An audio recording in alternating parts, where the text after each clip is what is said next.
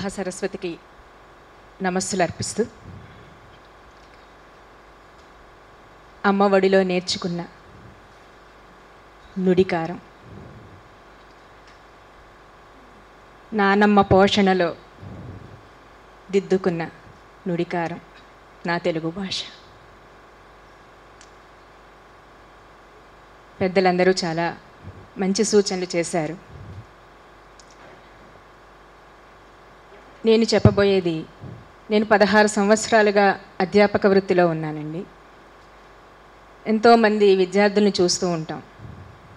మహిళా కళాశాల నాది. సో అమ్మాయిలతోటి సాధారణంగా అమ్మాయిలవి అంటే పెళ్లి చదువులే, పెళ్లి కోసం డిగ్రీ పూర్తి చేసేస్తే చాలు. కానీ భాషని అభిమానిస్తూ తెలుగు భాషలో ఉన్నటువంటి తీయదనాన్ని, ఆ రుచిని పిల్లలకి అందించగలిగితే ఖచ్చితంగా తెలుగు భాష రాణిస్తుందన్నది నా అభిప్రాయం. పెద్దలు చెప్పినట్టుగా 10వ తరగతి వరకు నిర్బంధంగా తెలుగు విద్య అన్నది అమలు జరిగితే చాలా బాగుంటుంది. ఎందుకంటే ఫలితాల కోసం చూసుకునో మరి ఎందుకోసం పరీక్ష విధానం ఎలా జరుగుతోందో కానీ 10వ తరగతి అయ్యాక ఇంటర్మీడియట్కి వచ్చేటువంటి పిల్లలకి ఎంతోమందికి అక్షరాలు నేర్పిన దౌర్భాగ్యం నాది. అప్పుడు నేర్పాను నేను కళాశాల స్థాయిలో. విరామ సమయంలో మా డిపార్ట్మెంట్లో కూర్చోబెట్టుకుని, అమ్మ నేర్పిస్తానమ్మా, మరి నీ పేరు కూడా నీకు రాసుకోవడం రావట్లేదు అని. అలా ఉన్న పిల్లలు ఉంటున్నారు. తెలుగు మేడం పాఠం వినాలి అని సంస్కృతం, హిందీ ఉన్నటువంటి సెకండ్ లాంగ్వేజ్ పిల్లలు కూడా, లేదు తెలుగు పాఠం బాగుంటుంది, మేడం చెప్తే పాఠం వినాలి అని వాళ్ళ తరగతులకు వెళ్ళడం మానేసి వచ్చి కూర్చుని వినేటువంటి పిల్లలు ఉన్నారు.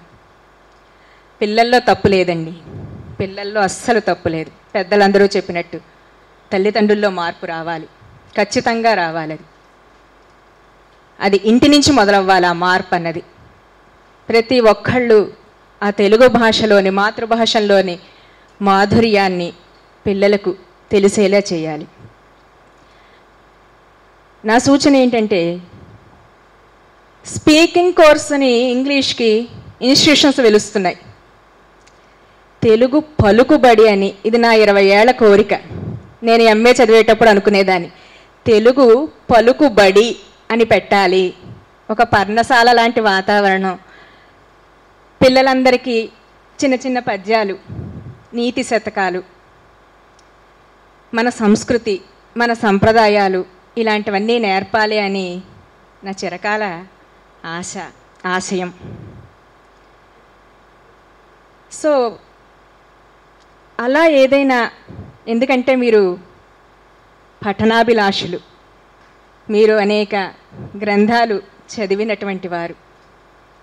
మరొక్క సూచన ఏంటంటే, సంచార గ్రంథాలయాలను ఉండేవి చిన్నప్పుడు. మా ఇంటికి తోపుడు బండి మీద వస్తూ ఉండేవి. పావలా ఉండేదేమో అప్పుడు అద్దె. ఆ పుస్తకం తీసుకోమనేవారు. వెళ్ళి తీసుకురా అని చెప్పి పేరు చెప్పి నన్ను మా అమ్మగారు మా నాన్నగారు వాళ్ళు అది తీసుకొస్తే, మా నాన్నగారు బ్యాంకులో పనిచేసేవారు. పగలంతా మా అమ్మగారు మా నాన్నమ్మగారు చదివేసేవారు. రాత్రి వచ్చి నాన్నగారు చదివేసేవారు. మర్నాడు పొద్దున ఈ పుస్తకం ఇచ్చేసి ఇంకో పుస్తకం తీసుకోవాలి. అంటే చిన్నప్పుడు అలాంటి వాతావరణంలో పెరగడం వల్ల పుస్తకాల విలువ తెలిసింది, మాకు చదువు విలువ తెలిసింది. ఇప్పుడు మేము కళాశాలలో గ్రంథాలయాలకి ఉన్నాయమ్మా, వెళ్ళండి, లైబ్రరీకి వెళ్ళండి, ఓ పుస్తకం తీసుకుని చదవండి అని నేను ప్రతిరోజు పిల్లలకి చెప్తూనే ఉంటాను. నేను వస్తాను, ఆ పుస్తకం గురించి నేను లేకపోతే విశ్లేషణ చేస్తాను, మీరు చదవండి అన్న పిల్లలు ఎవ్వరూ ముందుకు రావటం లేదు. పెద్దలు ఎంతోమంది ఇక్కడ ఎన్నో పోటీలు పెట్టి మీ పిల్లల్ని పంపించండి అని నాకు ఫోన్లు చేస్తూ ఉంటారు. 5గురిని పంపలేకపోతున్నాను నేను. 1500 మంది ఉన్న నా కాలేజీ నుంచి తెలుగులో ఒక పోటీకి నేను 5గురిని పంపలేకపోతున్నాను. సభాముఖంగా నేను చిన్నబుచ్చుకుని మాట్లాడుతున్నాను. నేను మీ అందరి ముందు తల వంచి చెప్తున్నాను ఈ విషయాన్ని. చాలా అవమానకరం అది. 5గురిని నేను తయారు చేయలేకపోతున్నాను. కాబట్టి సంచార గ్రంథాలయాలాగా మళ్ళీ ఆ సంస్కృతిని మీరు లఘు పుస్తకాలు వేస్తే బాగుంటుందని పెద్దలు చెప్పారు. గోరఖ్పూర్ వారి పుణ్యమాని చాలా పుస్తకాలు చాలా అందుబాటు ధరలో మనకి లభ్యమవుతున్నాయి.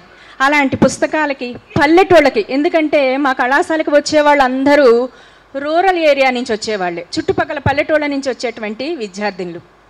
సో ఆ పల్లెటూళ్ళకి ఈ యొక్క సంస్కృతిని మనం తీసుకువెళ్ళి వాళ్ళ చేత చిన్న చిన్న పుస్తకాలు, ముఖ్యంగా బయోగ్రఫీలు, జీవిత చరిత్రలు అవి చదివిస్తే నరేంద్రుడు వివేకానందుడు ఎలా అయ్యాడో ఆ చరిత్ర వాళ్ళకి తెలియాలి.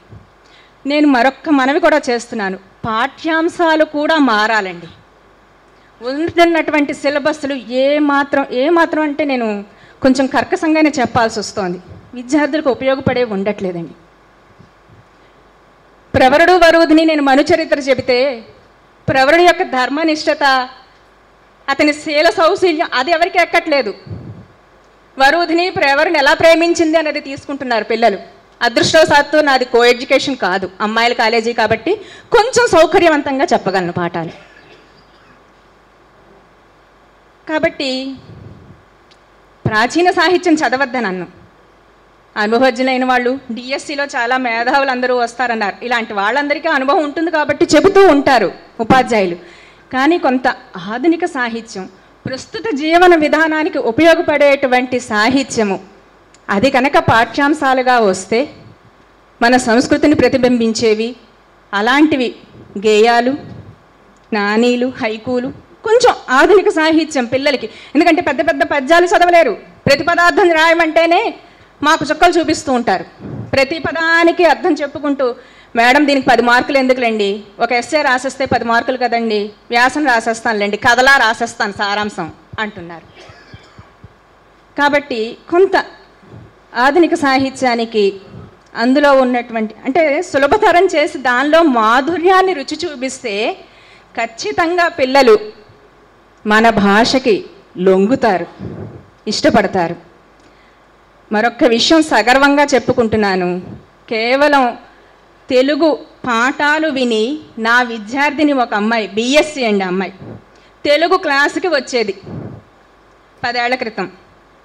కేవలం తెలుగు పాఠం విని ఆ అమ్మాయి బిఎస్సి సైన్స్ మేడమ్స్ ఎంత చెప్పినా కాదు అని ఎంఏ తెలుగు ఆంధ్ర యూనివర్సిటీలో చేసి సెట్ ఎగ్జామ్ అని ఉంటుంది, స్టేట్ ఎంట్రన్స్, అది కూడా క్వాలిఫై అయ్యింది. ఓన్లీ నా విద్యార్థిని. సగర్వంగా చెప్పుకుంటున్నాను నేను ఆ విషయాన్ని. కేవలం ఎందుకమ్మా సైన్స్ మేడమ్స్ అందరూ నాతో దెబ్బలాడారు, మా స్టూడెంట్ నువ్వు లాగేసుకున్నావేంటి, మా అమ్మాయి చక్క జువాలజీ ఎంఎస్సి జువాలజీ చేస్తుంది అని. నేను చెప్పాను, అమ్మ ఉద్యోగ అవకాశాలు వస్తాయని నేను ఖచ్చితంగా చెప్పలేను, నువ్వు తెలుగు చేసినంత మాత్రాన. అంటే కాదు మేడం, ఒక్కటేనండి, మాతృభాష చదివితే మనో వికాసం తప్పకుండా వస్తుంది, మానసిక ప్రశాంతత కలుగుతుంది, మంచి పుస్తక పఠనం అనేటువంటిది పిల్లల్లో కలిగించేలాగా మీరు ఆ దారిలో ఉన్నటువంటి వారు కాబట్టి యథా రాజా తథా ప్రజ, మీరు అందుకు సాయశక్తిలా కృషి చేయాలని సభాముఖంగా మనవి చేసుకుంటూ నాకు ఈ అవకాశం ఇచ్చినందుకు ధన్యవాదాలు.